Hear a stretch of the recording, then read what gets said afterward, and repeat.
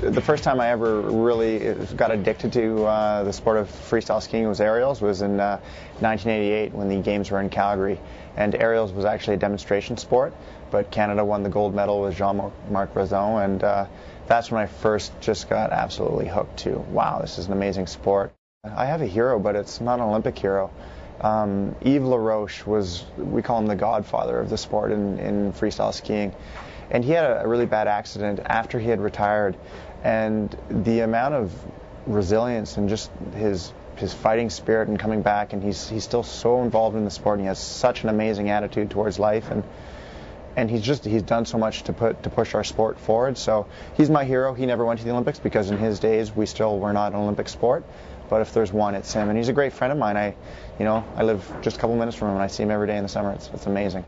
For me, when I think of home field advantage, it's being in your backyard. It's not having to fly overseas to get to your venue. It's you're going out in the streets and you're seeing other Canadians, and the media. They're sort of on your side as a little more than they would be if you're in another country. You're not going to be hounded with as much negative stuff, I find, and there's just this overall feeling of support, and it's everywhere you go. I don't listen to music before I compete, because one of the things I want to do is I don't want to amp myself up. So what I do, you'll see me before competition in the start gate, and I'll just be talking with people.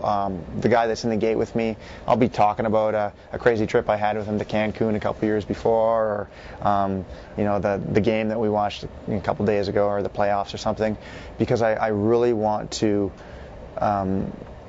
not narrow my focus too much, because it gets me a little bit too nervous. And then, of course, just in the moment when I need to, I can narrow it in really quickly.